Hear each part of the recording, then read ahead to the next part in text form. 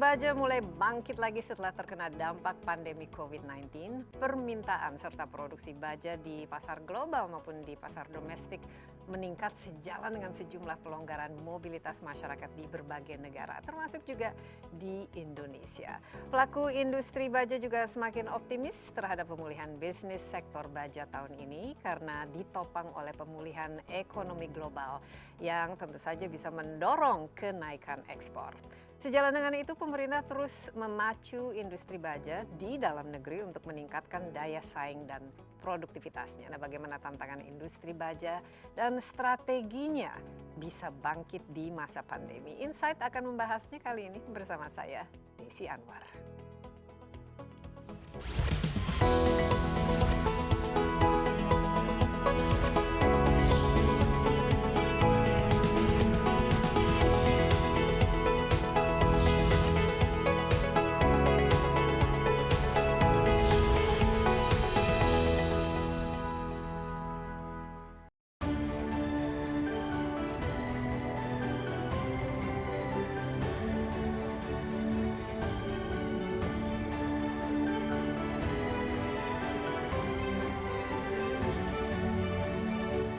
Industri baja, salah satu bagian dari industri logam dasar yang termasuk dalam industri hulu, merupakan salah satu industri strategis di Indonesia.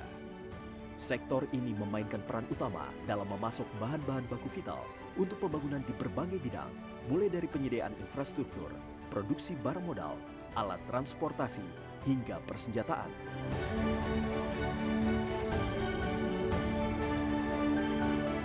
Menurut data Badan Pusat Statistik pada tahun 2020, hampir seluruh sektor perekonomian mengalami kontraksi, termasuk sektor konstruksi yang turun 3,24% dan sektor industri pengolahan turun 2,93%. Sebagaimana diketahui, industri baja sangat dipengaruhi oleh sektor konstruksi serta industri pengolahan dan manufaktur.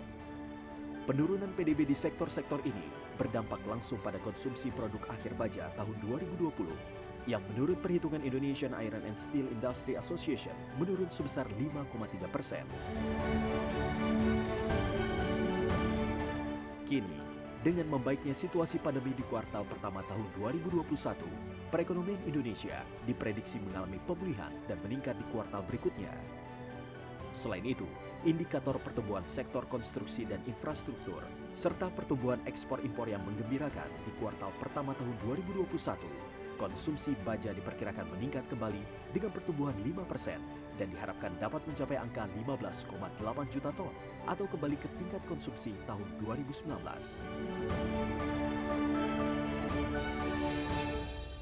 Ya, salah satu perusahaan yang mampu bangkit dari dampak pandemi adalah PT Gunung Raja Paksi Tbk. Perusahaan baja swasta nasional ini semakin memperkuat transformasinya memasuki triwulan kedua tahun 2021. Nah, perubahan terus dilakukan oleh perusahaan dalam menghadapi tantangan yang lebih besar di masa mendatang. Nah, apa saja strategi Gunung Raja Paksi hingga mampu terdepan di industri baja nasional? Di studio saya sudah ditemani oleh Presiden Direktur Gunung Raja Paksi, Abednego Gewe Sangkaeng, dan Direktur Keuangan Gunung Raja Paksi, Budi R. Legowo. Halo Pak Argo ya? Iya, Argo. Apa kabar Pak Argo? Kabar baik. Iya, Terima sehat kasih. selalu? Alhamdulillah, puji Tuhan sehat selalu. Iya, dan juga ada Budi ya. Budi ini Direktur Keuangan. Saya lihat ini milenial ini. Luar biasa ini kalau direksinya itu masih muda-muda, ini berarti jiwa dari perusahaan ini juga mencerminkan semangat muda, semangat berenergi dan Amin, juga amin, menatap amin. masa depan dengan Amin. optimistis. Nah, Pak Argo, ini saya selalu sangat curious ya, ingin tahu apalagi industri baja di Indonesia ini merupakan salah satu industri yang strategis di Indonesia. Kalau tidak salah kita itu nomor 20 dari global ya, secara global. Produksi kita biasanya sebelum pandemi itu bisa mencapai 6 atau sampai 7 juta ya metrik ton per tahun, walaupun dari segi konsumsinya itu ternyata di Indonesia itu masih 2 kali lipat. Nah, tiba-tiba ada pandemi COVID-19 yang berarti apa? Semua kegiatan yang berkaitan tentu saja dengan transportasi, mobilitas, orang belanja dan lain sebagainya menurun. Nah, ini pas berarti ya secara global dan secara domestik itu industri baja juga sangat terdampak, Mbak Argo. Pasti sebagai salah satu perusahaan pengolahan baja terbesar di Indonesia ini ada dong dampaknya. Apa saja? Betul, kalau mau bilang dampak, kami juga terkena dampak. Tapi ada satu hal yang sangat membantu, ya ini kita dapat dispensasi dari Kementerian Perindustrian waktu itu untuk tetap beroperasi. Karena kita masuk dalam kategori industri dasar. Ya. Di awal pandemi kami merasa dampaknya nggak terlalu seberapa. Tapi lama-kelamaan berasa juga, terutama ketika infrastruktur stop, kemudian proyek-proyek pembangunan yang lain itu ikut berhenti, termasuk properti dan tadi infrastruktur itu, sehingga dampaknya cukup signifikan buat penjualan kami. Nah, oleh karena itu yang kami lakukan selama pandemi ini lebih kepada bagaimana menekan biaya operasional perseroan, sehingga kita lebih mengarahkan kepada efisiensi di segala bidang tanpa harus melakukan PHK. Ya. Jadi kita upayakan untuk kerja bergantian tanpa adanya PHK itu. Ini setelah berapa bulan Pak Argo? Kalau kita ingatkan pandemi itu mulai masuk Indonesia itu bulan Maret tahun 2020. Iya. Nah, betul-betul terasa dan sehingga berdampak terhadap biaya dan juga cost itu pada bulan keberapa? Itu berasanya di pertengahan tahun ya Pak Budi ya, sekitar bulan Juni Juli, Mei Juni Juli itu bulannya. Dampaknya berasa. Mei apalagi kita kalau nggak salah Mei tahun lalu Lebaran. Iya. Pada saat Lebaran, di Lebaran itu pun kami bersyukur bahwa di saat perusahaan-perusahaan lain banyak yang memilih untuk tidak membayar THR karyawan, kami tetap bayar. Berusaha. Saat yang lain coba untuk menyicil, kami bayar full. Bahkan pada saat itu pun kita juga ada sebagai bonus yang kita bayarkan juga pada saat lagi krisis seperti itu. Dan ini sangat penting karena apalagi sekarang ada sekitar 8.000 karyawan ya. Betul. Di PT ini. Karena kami merasa bahwa dalam situasi krisis yang paling kita harus jaga adalah karyawan. Ya, Mbak Budi sebagai Direktur Keuangan ini yang pegang hitung-hitungannya kalau before dan after ya, pas sebelum pandemi saya lihat kan justru ya tahun 2019 apalagi sudah IPO dan ya istilahnya sedang naik daunnya tiba-tiba terkena imbas. Ini bottom line-nya coba bentuknya seperti apa? Ya, kalau kita mungkin, bicara kurva. ya, thank you Mbak Desi. Mungkin saya start dari revenue justru ya. Di top line itu kita mengalami penurunan sekitar 25-26%. 25-26% kira-kira. Kalau kita compare 2020 dengan 2019. Tetapi justru di bottom line kita membukukan kerugian yang lebih rendah. Jadi kalau di 2019 itu kita membukukan kerugian $20 juta, di 2020 kerugian kita di bawah $9 juta. Tapi masih profit kan sebenarnya? Loss Bu. Loss completely. Tetapi loss yang lebih rendah. Walaupun dengan revenue yang drop 25-26%. Justru bottom line kita naik 50%, walaupun masih sama-sama loss. Ya, tapi ini kenapa bisa? Kalau saya lihat ini secara global dan secara keseluruhan dalam masa pandemi ini bisa ada penurunan 50-60%, tapi ini hanya 25-26%, sementara loss-nya malahan berkurang. Apa? Berkaitan dengan harga bahan bakunya juga yang ini kan fluktuatif ya kalau kita lihat baja itu. Betul. Kalau saya melihatnya ini nggak semata oleh perubahan dari sisi harga, tapi lebih daripada kontribusi efisiensi yang kita lakukan. Jadi kontribusi efisiensi. Contoh-contoh efisiensinya seperti apa contoh yang saja? pertama. Ini dan apakah dilakukan sebelum pandemi atau ketika pandemi ini terjadi? Ketika pandemi terjadi. Kita pertama untuk dari sisi efisiensi kita lihat dari sisi OPEX ya, kita jaga seketat mungkin untuk pengeluaran-pengeluaran yang tidak perlu kita tunda dulu.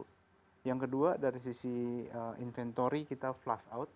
Jadi instead of kita beli dari pasar dalam kondisi yang lagi tinggi harganya, itu kita flush out inventory yang ada. Termasuk bahan baku yang berupa scrap besi, itu kita pakai dari apa yang ada dulu. Jadi itu yang kita arahkan ke sana. Nah, dengan demikian ya kita masih bisa selamat lah dari sisi itu. Tapi dampaknya terhadap produksi? Justru itu kita berusaha untuk produksinya tetap jalan terus. Tetap jalan, tapi pasti kan ada penurunan tapi tentu saja. Betul. Itu sebabnya ada beberapa area produksi yang lebih istilahnya boros yang tidak memberikan nilai tambah, itu kita tutup dulu.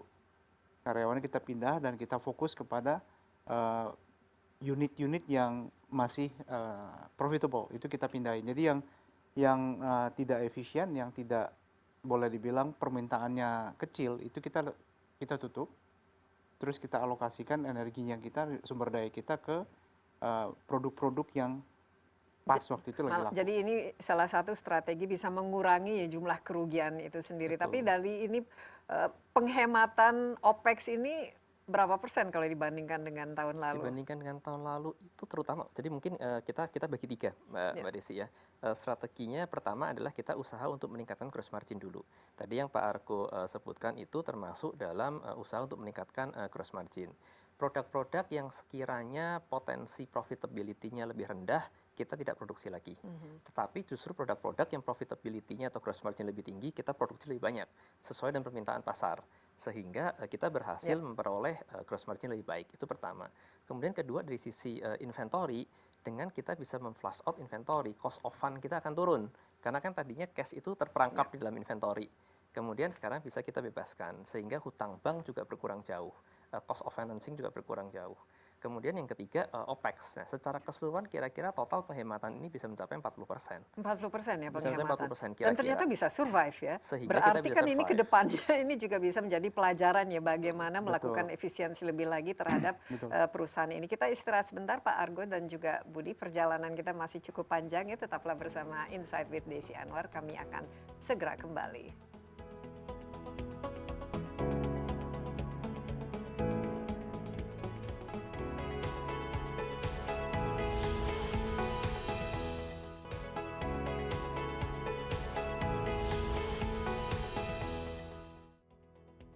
Ya, Anda masih bersama Insight with Desi Anwar. Saya ditemani oleh Presiden Direktur Gunung Raja Paksi, Abene Jugewe Sangkaeng, atau kita panggil sebagai Pak Argo Sangkaeng, dan ditemani Direktur Keuangan Gunung Raja Paksi, Budi R. Legowo. Topik kita kali ini bagaimana mengelola sebuah perusahaan, apalagi perusahaan besar, perusahaan yang strategis ya, agar bisa menghadapi masa pandemi dan juga kesempatan untuk bangkit kembali itu tetap ada. Dan kita lihat ada beberapa strategi yang penting. Tentu saja pandemi ini telah memaksa perusahaan seperti yang Gunung Raja Paksi ini untuk menjadi jauh lebih efisien, dan ternyata kan bisa menjaga inilah dari segi pengeluarannya ditekan, tapi juga fokus ke tadi produk-produk yang memang memiliki nilai itu diteruskan, sementara yang dari segi nilainya kurang itu diberhentikan, dan juga inventorinya itu digunakan sebaik mungkin ya, sehingga tidak ada waste. Ini apa-apa saja jadi yang produk-produk justru di masa pandemi ini atau menjadi kesempatan bagi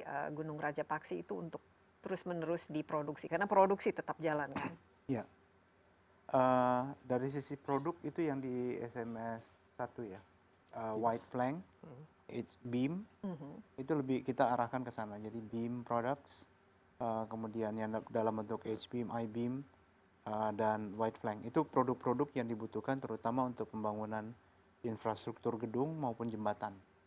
Jadi itu yang kita... Yang tetap jalan ya? Itu yang tetap jalan. Karena memang ini bagian dari pemerintah Jokowi, kan kita infrastruktur itu sangat penting ya, untuk betul. tetap dijalankan. Apa-apa lagi, dan sementara yang kurang misalnya strategis pada saat ini apa saja yang tidak diproduksi kembali?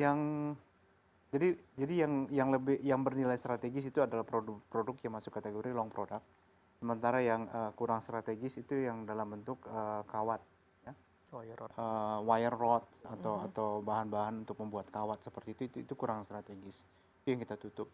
Nah, selama ini dari segi ini banyak kan saya lihat produk-produk hasil olahan bajanya. Ini berapa persen untuk pasar domestik, berapa persen untuk pasar ekspor selama ini, Pak Argo?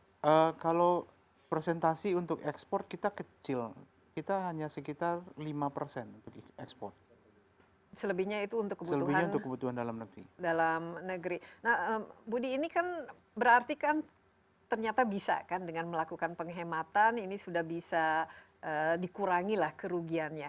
Memasuki 2021 ini bagaimana kurvanya dan kesehatan dari bottom line suatu perusahaan ini, apakah mengikuti optimisme kita sekarang masuk vaksinasi dan diharapkan juga ada growth yang kalau tahun lalu masih negatif, sekarang mungkin sudah lebih positif? Ya, jadi sebenarnya kita lihat sejak kuartal 4 tahun 2020 itu sudah mulai rebound. Demand sudah mulai naik kembali, sehingga sebenarnya di kuartal 4 tahun 2020 itu dalam satu quarter itu saja kita sudah mencetak profit.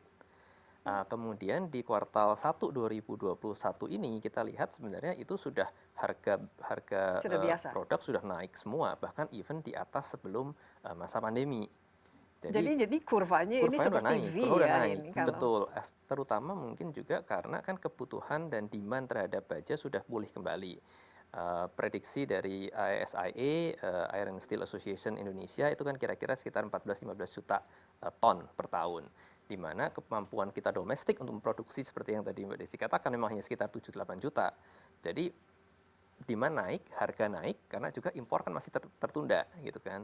Dan memang kita harus memproduksi produk baja dalam negeri. Itu yang memang sejalan dengan government strategi. Ya, dan ini penting apalagi karena kita sekarang kan fokusnya kepada infrastruktur. Ini Betul. pasti baja merupakan salah satu bahan baku yang sangat penting dalam hal ini. Tapi Budi, yang saya ingin tanyakan ini kan sekarang produksi permintaan kan sudah meningkat lah istilahnya. Ini kalau tidak salah ini Rajapaksa ini merupakan salah satu yang terbesar kan di Indonesia. Kontribusinya 12% ya terhadap 12%. ini. Itu berarti bisa di atas 2 hampir 3 juta ya per tahun. Sekarang berapa ini produksinya Pak Argo? Paling tidak target untuk tahun 2021 ini. Kalau kita kapasitas terpasang mesin kita itu 2,8 juta ton. 2,8 juta ton. Tapi Ini dengan mesin yang terakhir. dengan mesin yang sekarang ya, 2,8 juta ton. Tapi produksi kita per tahun average antara 1 sampai 1,2 juta. Cuman jadi jauh di bawah kapasitas dong produksinya. Tahun kemarin kita hanya sampai 900 ribu ya. Tahun kemarin 900 ribu karena lumayan dampaknya. Tapi ya itu jadi tinggi karena memang secara agregat nasional kapasitas terpasang itu masih jauh di bawah dengan kebutuhan baja nasional. Iya, ini sayang sekali kan sebenarnya. Betul. Mubazir ya kalau kita lihat. Betul, potensi besar sekali. Dari data BKPM itu diinfokan bahwa kebutuhan baja nasional itu sekitar 16 juta ton. Produksi tahun 2019 itu 11 juta ton. Jadi kita masih jauh ya, kebutuhan hampir 2 kali lipat di atas kapasitas. Tapi kalau melihat kapasitas yang bisa dilakukan kan sebenarnya juga bisa. Apa yang selama ini yang menghambat ya, ini selain pandemi ya, karena sebelum pandemi kan tadi produksinya sekitar 1,8, pas ada pandemi sempat sampai 800, 900, tapi sekarang balik ke berapa? Sekarang 1,1, 1,2. 1,1. Sementara kapasitasnya bisa 2,8. Kenapa ada gap? Banyak faktor ya yang mempengaruhi. Yang pertama pasar, absorpsi pasar memang betul besar, tetapi kita juga lihat yang tadi saya bilang 11 juta itu produksi dalam negeri, tapi masih ada 8 juta produksi atau import materials. Kedua, dari perilaku konsumennya sendiri, kita bilang bahwa Indonesia itu belum masuk kategori konsumen baja. Jadi untuk memperoleh bahan baku pun kita masih kesulitan. Bahkan sebagian bahan baku masih diimport. Sebagian bahan baku. Jadi pertama bahan baku yang terbatas. Kemudian absorpsi pasar juga yang terbatas juga. Sementara kita nggak bisa dengan mudah ekspor ke luar negeri. Karena di luar negeri juga mereka menggunakan anti dumping. Iya, mereka memasang tarif biasanya cukup tinggi. Tapi kita lihat kan selama ini kalau nomor 1 di dunia itu kan China ya. Selama ini, nah bagaimana harga dari China apakah jauh berbeda dengan yang kita produksi? Karena ini pasar yang sangat kompetitif kan. Kalau compare dengan China, kayaknya kita nggak bisa apa-apa.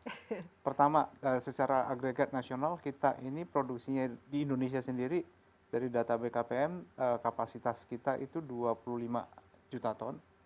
Sementara China ini secara nasional ya 25 juta.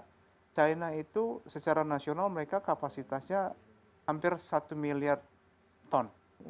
Jadi total sekitar 990-an juta ton. Jadi dari ekonomi soft scale-nya aja dia udah bisa tekan harga per tonnya jauh lebih murah. Itu pertama. Yang kedua, pemerintah China memberikan subsidi dan kemudahan-kemudahan ke industri bajanya berupa kemudahan pajak dan kemudahan atau subsidi ekspor.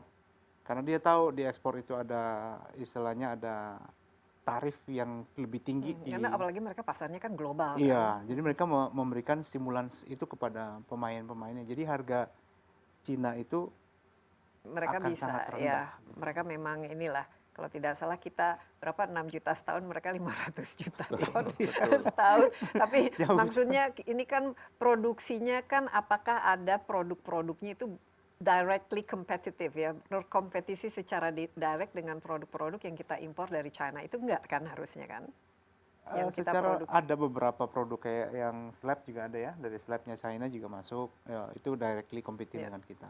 Terutama produk-produk seperti I-beam, I-beam itu yang kategori kayak huruf I gitu, Iya. I-beam, Ini H-beam, untuk CRC, konstruksi ya. itu yang benar-benar boleh dibilang head to head dengan Head to head, perusahaan dan mereka harganya lebih murah. jauh lebih murah. Nah ini ya masalahnya, kita mau player untuk domestik saja kita masih ditantang oleh produk-produk impor yang ternyata serupa ya. Betul. Ini mungkin ke depannya bagaimana ya kita menyiasati ini, apalagi kita kebutuhan infrastruktur itu sangat besar ya. Dan kalau bisa kan kita produksi dari hasil industri kita sendiri ya. Kita Betul. break sebentar Pak Argo dan juga Budi, kita tetaplah bersama Insight with Desi Anwar, kami akan segera kembali.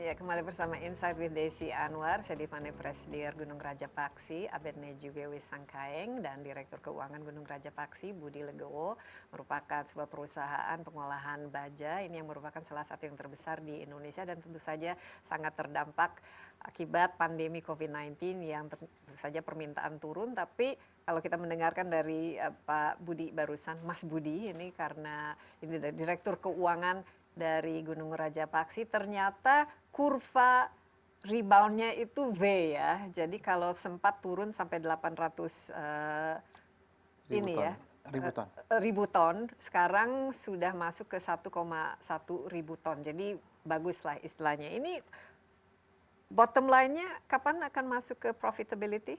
Ekspektasi kami di tahun ini kita akan profitable. Akan profitable. Tahun ini kita akan profitable di 2021 ini.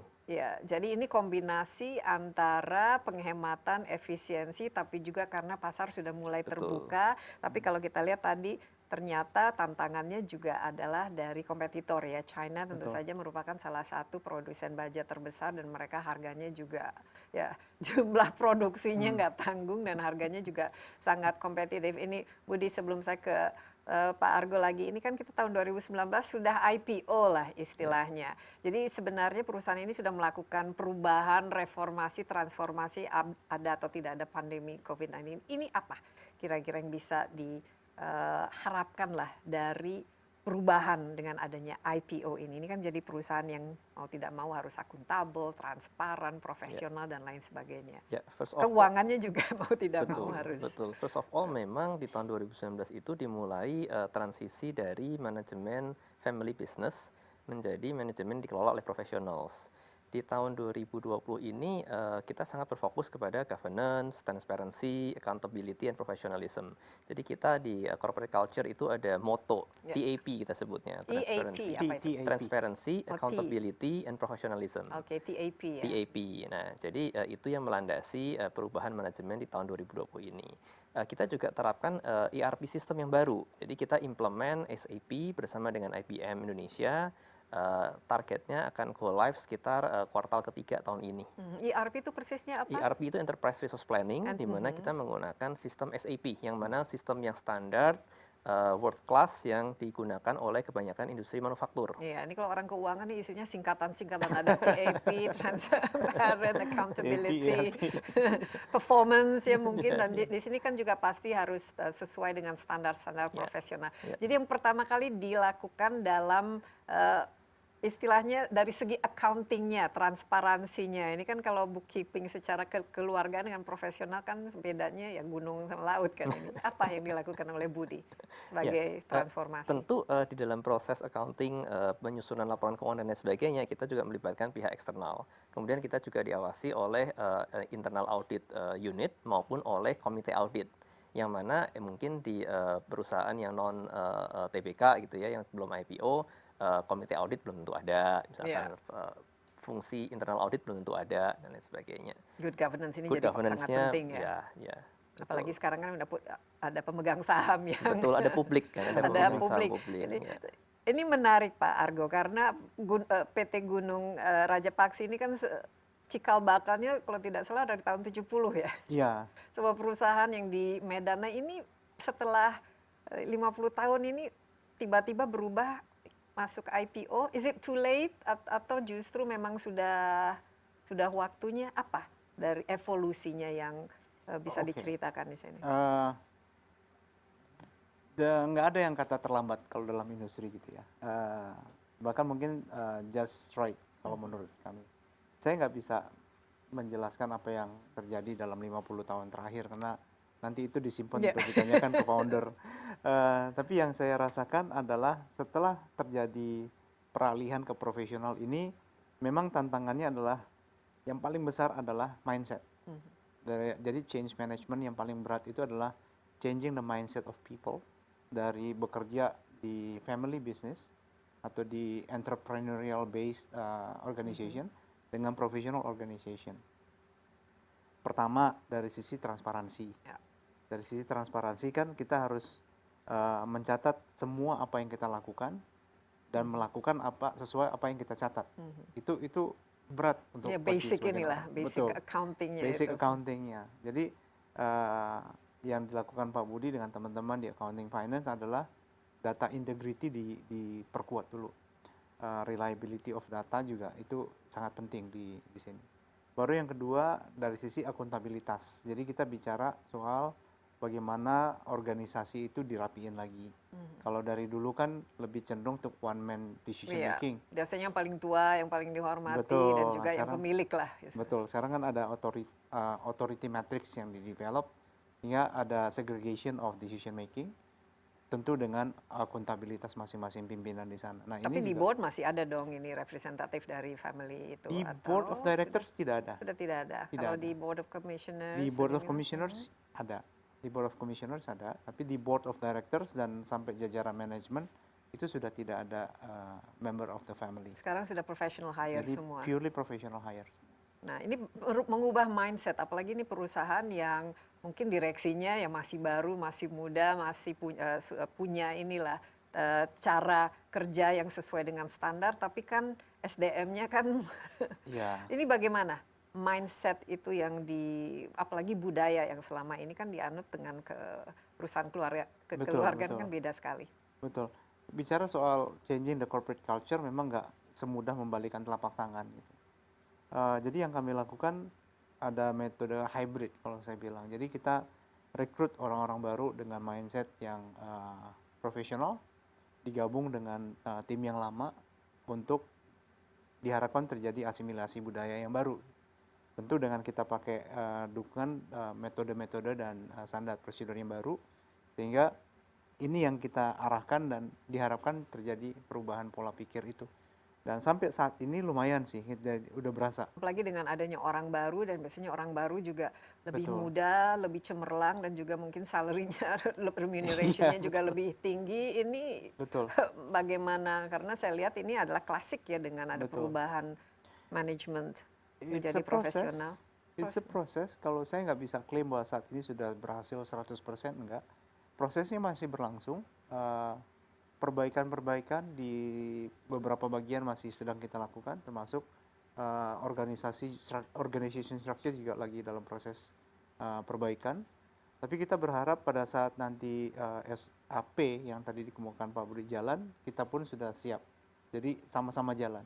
Sehingga begitu SAP go live, kita punya orang pun sudah ready to start a new phase lah. A new phase, dan juga kan biasanya ada key performance indikator yang berbeda ya sekarang. Bagaimana Budi tantangannya untuk mengubah? Dulu mungkin dinilai dengan ini, sekarang harus memenuhi target, harus mengisi checkbox dan lain sebagainya. Kalau tidak nanti ya akan tercermin dalam performance appraisal. Nah, Iya, ini iya. ada perubahan Ya, dalam justru itu memang kita terapkan sistem insentif yang menyeluruh, ya kan. Kita sudah mulai dengan sales terutama, karena kan sales ujung tombak kita ya. Kita harus tahu bahwa memang penjualan marketing itu ujung tombak company gitu ya. Tapi juga kita akan terapkan KPI system dan performance based compensation system yang menyeluruh. Tidak seperti dulu yang tidak jelas gitu ya, mungkin tiba-tiba bisa si A dapat bonus si B Iya. enggak dan sebagainya gitu. Kita sekarang Tergantung sesuai betul, dengan performance betul, masing-masing. betul, dan aturan mainnya jelas, diketahui oleh semua orang dan open.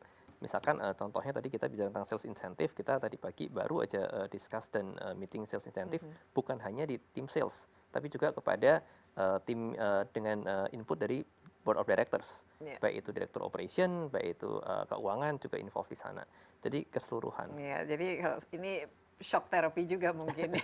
Tapi Indeed. memang kalau saya lihat ini waktunya lah pandemi COVID-19 ini menjadi momentum yang bagus untuk melakukan perubahan yang cukup Iya. drastis ya Pak Argo dan juga Betul, Budi. Kita masih bersama Insight with Desi Anwar. Tetaplah bersama kami.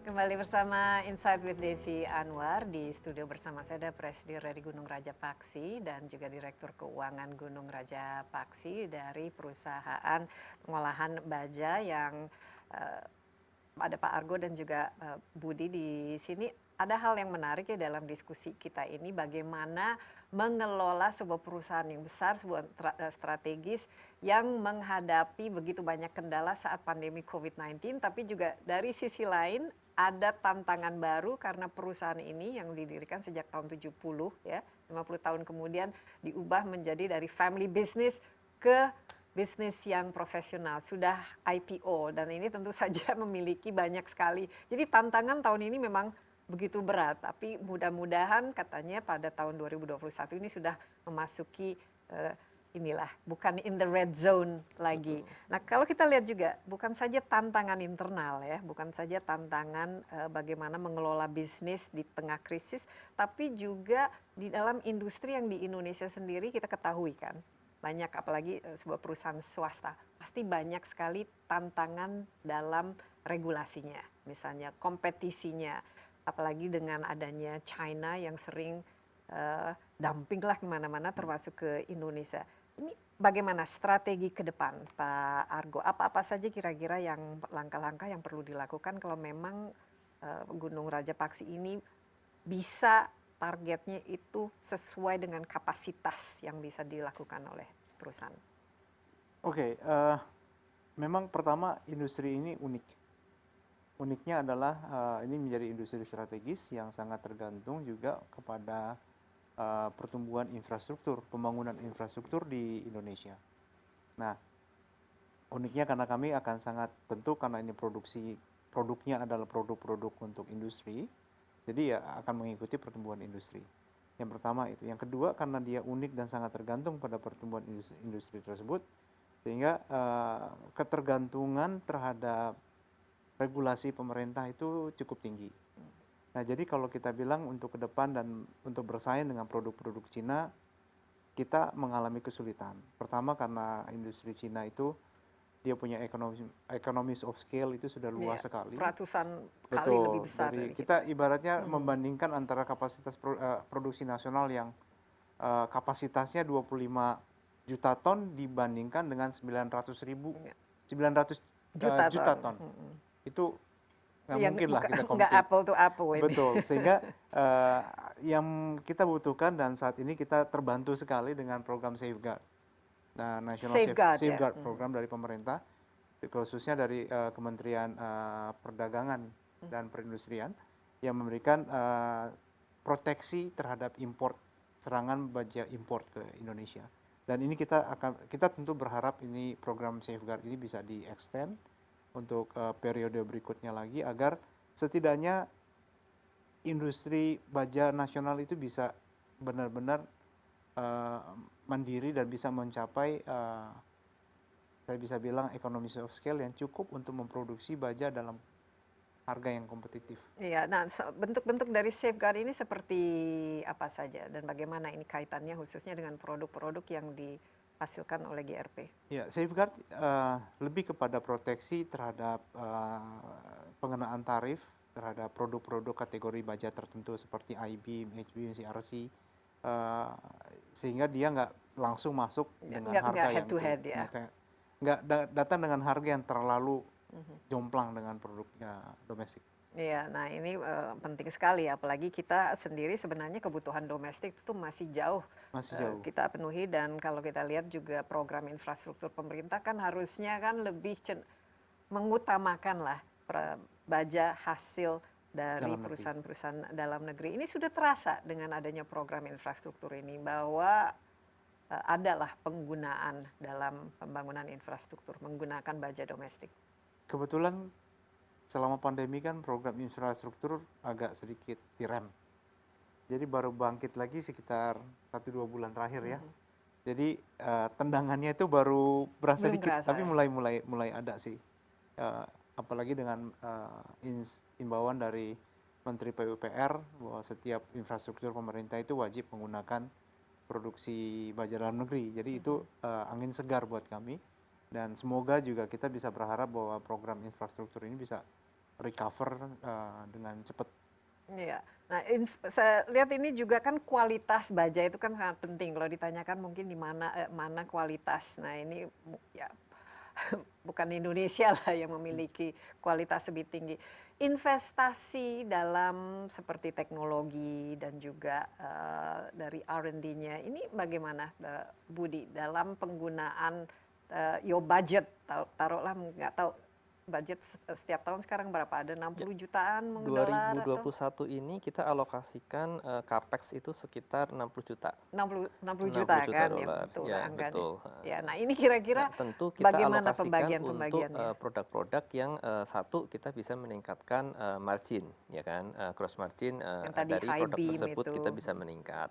Dan kemudian kedua juga untuk meningkatkan kemampuan memproduksi jenis-jenis produk tertentu, misalkan ukuran-ukuran tertentu, yang mana kalau kita gunakan mesin yang ada existing, cost-nya akan jadi lebih mahal. Tapi pada saat kita upgrade mesin ini, kita akan mampu produksi lebih banyak varian, sehingga dapat memenuhi kebutuhan baja dalam negeri terutama. Tapi kalau cost terbesar ya dalam sebuah perusahaan seperti ini tuh di mananya? Karena di sini ada 8.000 materials. karyawan. Raw Raw materials adalah cost paling besar. ya? Jadi Karena import. bukan hanya karena import, karena memang secara walaupun tidak import, tetap saja raw materials adalah cost terbesar dalam industri kami, industri baja ini. Jadi kemampuan suatu mills untuk meningkatkan percentage yield itu menjadi penting sekali. Gitu. Salah satu upgrade yang kita lakukan juga upgrade dalam usaha untuk meningkatkan yield percentage ini supaya margin bisa meningkat. Ya, kalau kita lihat SWOT-nya kan, ini opportunity-nya ada. Misalnya tadi ya, opportunity bahwa Indonesia proyek infrastrukturnya akan kembali meningkat, dan tentu saja demand atau permintaan terhadap produk-produk baja kan juga akan meningkat. Tapi tantangannya kan ini dari situ, dari hulunya kan, harga baja dan juga ketersediaannya. Ini bagaimana prospek ke depan, Pak Argo, Anda melihat? Pertama, mau info dulu bahwa kalau dari sisi kualitas kita bukan kalah dari China, kita justru salah satu yang terbaik di dunia. Oh, Kualitas. bagus kalau gitu. Yang kedua, kalau kita bicara soal prospek ke depan, kami melihat prospeknya masih terbuka dan sangat besar peluangnya, terutama absorpsi pasar Indonesia yang makin meningkat. Dari kondisi sekarang ini saja dengan kebutuhan yang 16 juta ton, sementara produksi hanya sekitar 11 juta ton, itu kita bisa lihat gapnya itu masih besar sekali. Nah, memang Indonesia belum konsumen besi, tapi we're getting there. Jadi dengan cara menyiasatinya, salah satunya adalah kita tetap akan cari untuk domestic absorption untuk bahan baku raw materialsnya untuk scrap Selama ini besi. dari mana saja? Lebih banyak Campur domestik? sih, masih lebih banyak domestik, tapi ada beberapa yang dari luar negeri juga masuk, kita juga ambil. Iya, nah kalau jadi ke depan ini perkembangan dari industri baja secara domestik ini bagaimana, Budi, menurut Anda? Dan juga mungkin ada bisa doubling dari target-target ini supaya bisa memenuhi kapasitas 2,8 ini diperlukan berapa tahun? Ya, terutama sebenarnya kalau kita lihat industri dalam negeri ini sangat tergantung dari industri hilirnya. Dalam Ya, hal ini adalah infrastruktur kan. Kalau infrastructure development-nya meningkat, program pemerintah untuk infrastruktur meningkat, misalnya contoh ibu kota baru, misalkan itu salah satu proyek itu infrastruktur bisa besar, langsung. tentu akan meningkatkan demand terhadap baja nasional. Kapasitas terpasang secara keseluruhan, kapasitas nasional masih mencukupi. Jadi seperti tadi dikemukakan, kalau memang kita bisa nggak import ya, kenapa mesti import gitu kan?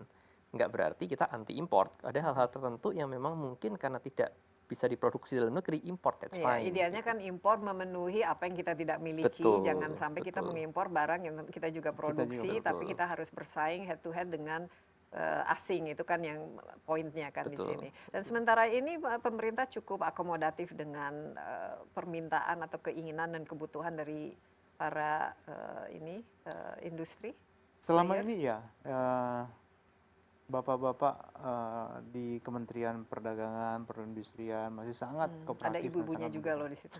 Ya ada ibu-ibunya juga ya bapak ibu yang di pemerintahan itu masih sangat suportif bagi kami dan kami juga berterima kasih sekali juga ada eh, apa namanya kita juga ada semacam kekerabatan atau ada apa ya istilahnya keakraban yang saling membantu di asosiasi Cukup pro- kompak ya asosiasi cukup cukup steel sangat kompak industry di Indonesia. asosiasi industri baja Indonesia. Iya, kita break sebentar. Masih ada satu segmen lagi. Pak Arga dan juga Budi tetaplah bersama Insight with Desi Anwar. Kami akan segera kembali.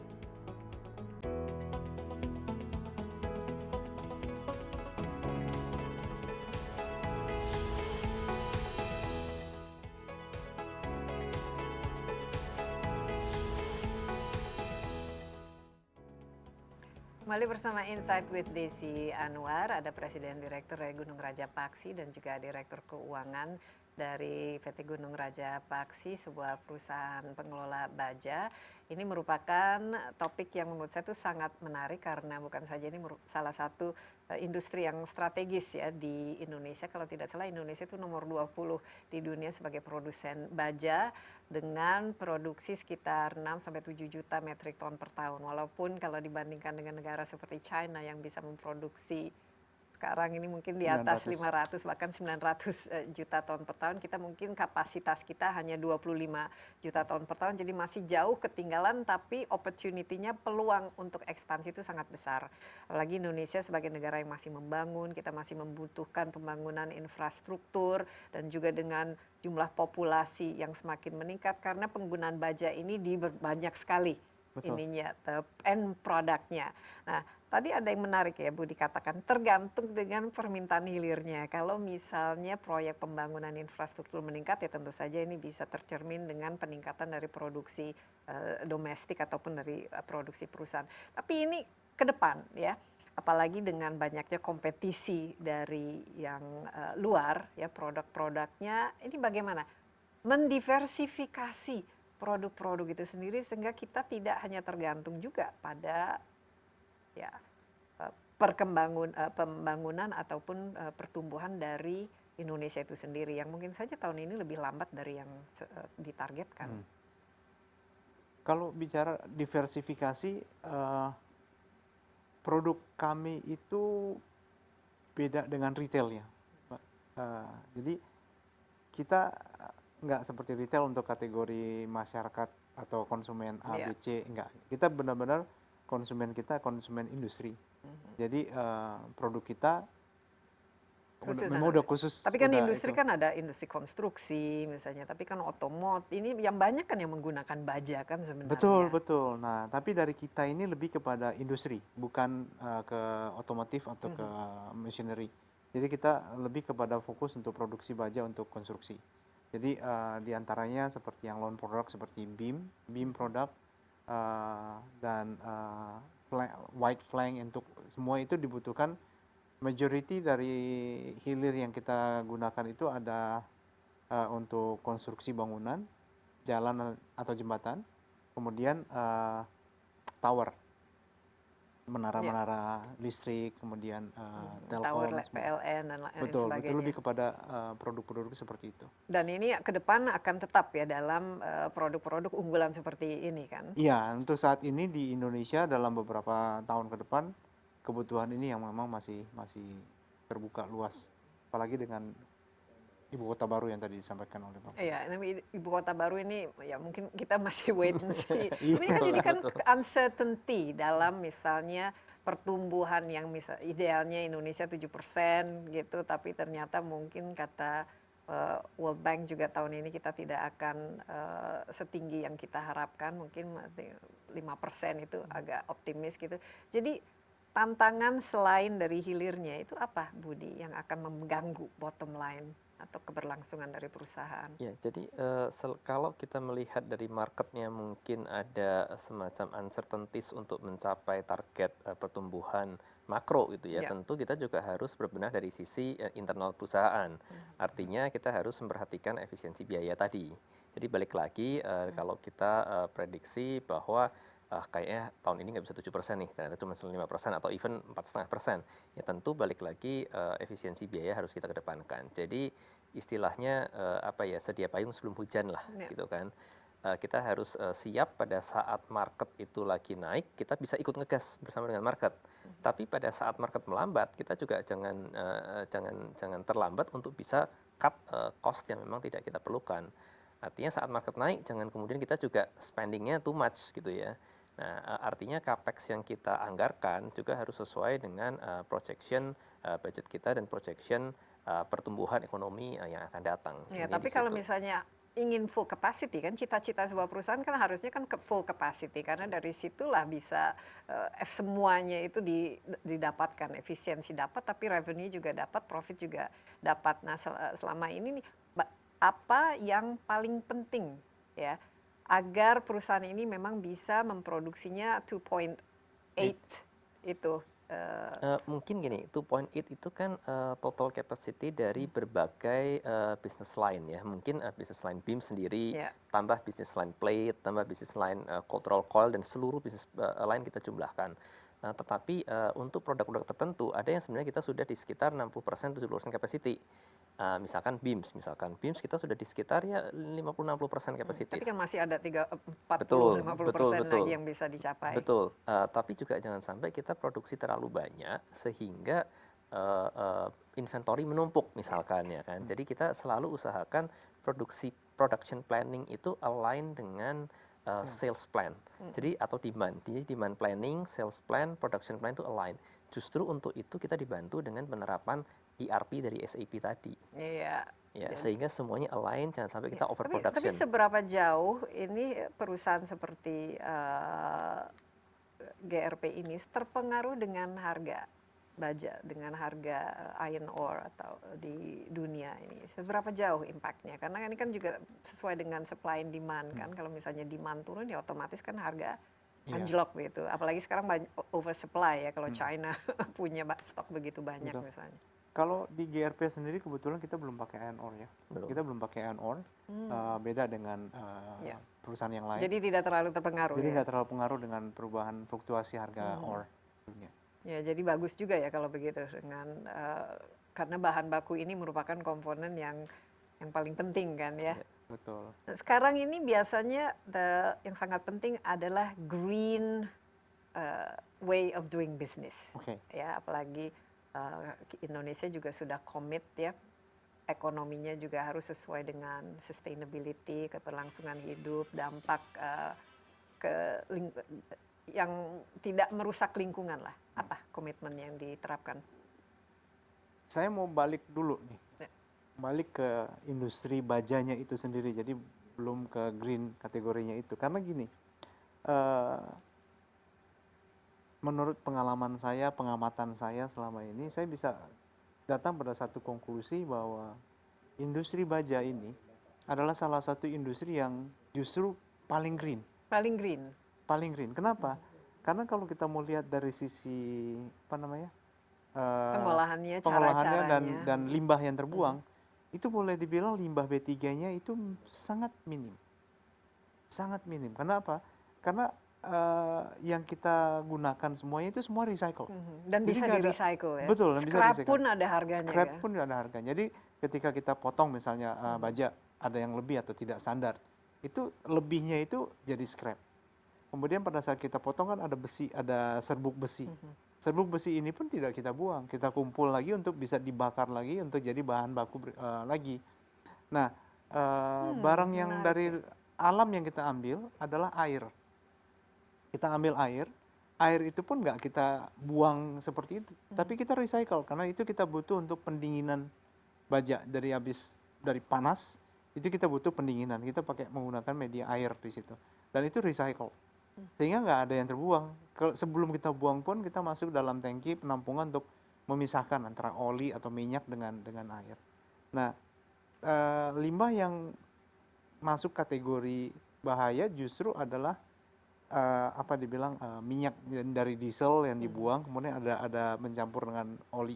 Itu yang kita nggak buang, kita ada pihak ketiga yang ambil itu, yang kerja sama dengan kita, yang dia ambil justru sebagai bahannya mereka. Jadi boleh dibilang kita tuh nggak ada limbah yang berbahaya gitu, yang nggak banyak. Kalaupun ada sekarang yang lagi rame beberapa bulan yang lalu slag. Kita bersyukur dan pemerintah sudah memutuskan bahwa slag akhirnya sudah tidak masuk lagi dalam kategori limbah B3. Kenapa? Karena secara internasional memang Indonesia adalah salah satu negara yang paling belakangan nih mengeluarkan slag dari list limbah B3. Kalau di Korea Selatan mereka sudah menggunakan slag sebagai rumpon. Jadi taruh di laut untuk rumpon, jadi habitat lautnya justru dia membantu sekali di sana. Nah, kita tahun ini sudah dikeluarkan itu, sehingga boleh dibilang saya bisa klaim bahwa we are a green Tapi company. jumlah slag yang diproduksi cukup banyak atau?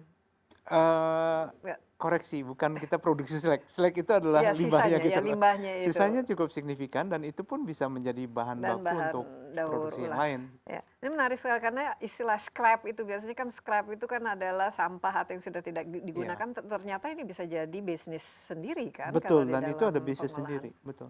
Ada rekanan-rekanan kita, perusahaan-perusahaan UMKM yang mensuplai scrap. Jadi pengumpul-pengumpul dari teman-teman Madura dikumpulin, dijadiin bahan bakunya besi. Iya, oke Pak Argo, ini waktunya sudah hampir habis, tapi saya ingin Anda Budi karena masih muda, milenial, tentu energinya untuk menatap masa depan juga lebih banyak. Kira-kira kunci ya keberhasilan dalam mengelola sebuah perusahaan yang harus bertransformasi bukan saja dalam masa krisis, tapi mengubah dari bisnis kekeluargaan menjadi bisnis profesional itu apa dalam satu kalimat? People, Mbak Desi. People. Jadi dalam setiap transformasi kita rely on people. Nah, bagaimana kita bisa memastikan bahwa orang-orang yang kita hire ke dalam perusahaan itu memang willing dan mampu untuk mentransformasikan perusahaan. Jadi kuncinya di people, karena kuncinya di mindset daripada pelaksananya. People, mindset, budaya, tapi tentu juga insentif dan performance appraisal itu sangat penting ya. Terima kasih banyak Pak Argo dan juga Budi, insight-nya luar biasa dan senang kalau kita mendengar bahwa optimisme ini melandasi sebuah perusahaan yang ternyata bisa keluar dari krisis pandemi COVID ini dengan nilai yang positif lah istilahnya. Good luck, sukses, dan demikian insight kali ini. Jangan lupa Anda juga dapat menyaksikan tayangan ini di cnnindonesia.com dan di YouTube CNN Indonesia. Insight with Desi Anwar, dan jangan lupa tetap 3M, ya, rajin mencuci tangan, menggunakan masker, dan menghindari kerumunan. Saya Desi Anwar, stay safe, bye-bye.